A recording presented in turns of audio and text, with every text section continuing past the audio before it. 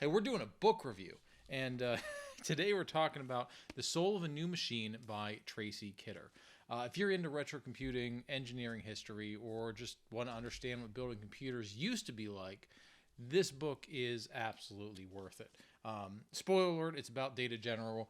That's why I have the Data General 1 here. It's the only Data General machine I have, and this is about as useful as it's going to be for me lately, holding up this book. So, what is this book? Well, it's a story of a small engineering team in the late 1970s racing to get a brand new computer on the market under insane pressure, limited resources, and basically their careers and the future of Data General on the line. Honestly, it's fascinating. I absolutely loved the book. Like I said, it takes place at Data General. At the time, Data General was a major player in the mini computer market. So that was a big deal before PCs took over. They were miniature, but still huge, but they weren't the big room-filled computers. This small company was directly in competition against DEC, Digital Equipment Corporation, another Massachusetts company, and of course, the powerhouse IBM. They needed something new, so they put together a team to build the next generation 32-bit machine, which would become the market as the Eclipse MV 8000. In the book, they referred to it by the code name Eagle. And from there, we follow this team as they try to make this gargantuan effort come to fruition. One thing I really like about this book is it's not just about the machine. Obviously, Eagle was huge for the company, and that's why the book was written. But it talks about the people. And when I put my program manager hat on, that's the most important part of any endeavor. It's your team. The main figure is Tom West, and he leads this engineering team. He's smart, intense, demanding, what you expect out of a program manager. And then it goes for the rest of the engineers. They're younger, pretty early in their careers, fresh out of college, working crazy hours to get this machine built and off to market. And that's where you see some of the personalities. Some people are perfectionists, some just want to get it out of the door, some burn out, others thrive under pressure. It feels real because it is. I think you will relate to one, if not multiple people in this book. From a technology perspective, especially a modern technology perspective, it's very interesting. This is a different era of building a computer.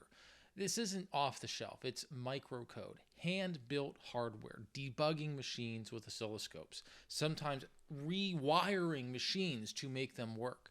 No GitHub, no Stack Overflow, no Google, no modern IDEs, nothing.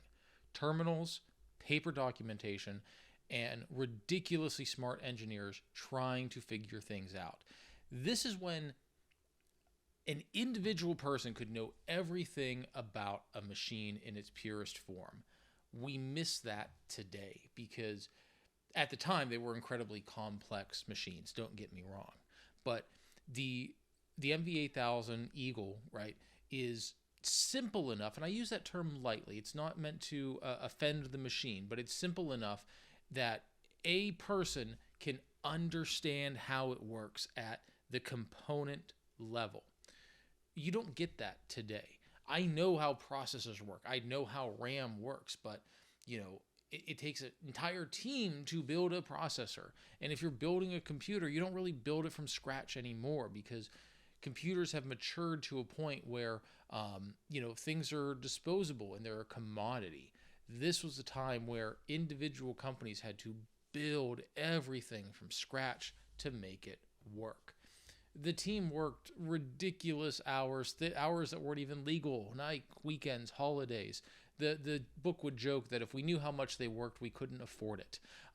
And it wasn't the management team forcing them. There were deadlines, right? But for the most part, I believe that the team wanted to do this. They wanted to build something great. They had pride in what they do. They wanted to build a machine that mattered. We don't see that a lot in engineering anymore. Even though this book takes place in the late 1970s, it's modern and relatable. A lot of these dynamics still exist today. Small teams doing big things, tight deadlines, engineering trade-offs. You see this in program management all the time. The technology has changed, but the people and the corporate constraints from high on up haven't. And that's what captivated me with this book. It is incredibly relatable. There's a couple things I really like about this book. First, the storytelling. It's immersive. It doesn't read like a technical manual. We'll talk a little bit about that. But it reads like a story. And secondly, there is a historical perspective of it. You get a sense of what it was like working there during the mini computer era. And it was real. The book doesn't really pretend everything was perfect. Now, yes, there is poetic freedom in it. But you see the stress. You see the burnout. You see disagreements between people. You see deadlines slipping. I see that every day. I think that's what makes it relatable, right? It's what makes it good. But I understand that there is some poetic freedom in there. It's probably not a step by step of everything. Now, like me, if you were expecting a deep technical breakdown of the hardware, that's not in the book. That's not what this is about. There are some technical elements, but it's really to help the reader understand. This is a book you don't have to be an electronic wizard or very technical minded to pick up and read. And that's, I think, one of its greatest strengths. You understand what it was like to, what it felt like to build a machine, not how the machine worked. And it really emphasizes that behind every machine, whether it is the Eagle, an Apple II, a Commodore 64, there's a group of people behind it, and that's what made that machine special. Would I recommend this book? Yeah, absolutely I would, right? I did have some discussion with other retro tech enthusiasts, Eric from Eric Edge, right? I think we both agree that, there is some poetic freedom in here. There is some bending of it to make it a novel to sell, right? But I truly think this is going to give you a better understanding of what the mini computer culture was when you were trying to build a machine from scratch and push it out to the general public. Really enjoyed this book. I'm actually going to pass this book off to a very young engineer that I know who wants to get into project management. And, I think this would be an interesting read for him to kind of open his eyes, because you do see multi-levels of it.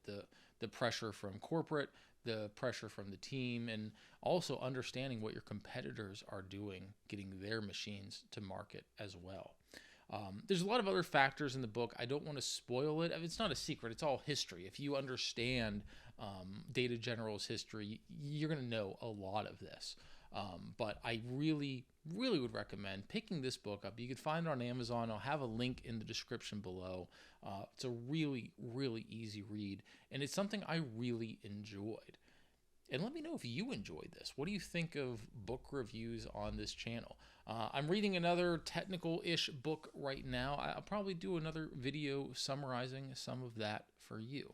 Let me know. Have you read this book? Have you used an Eagle, an MV 8000? I really tried to get an older Data General microcomputer or mini computer for this video. Obviously, it didn't happen. But let's talk about it in the comments below. As always, thanks for watching. Like, subscribe, tell your friends, and we'll catch you next time.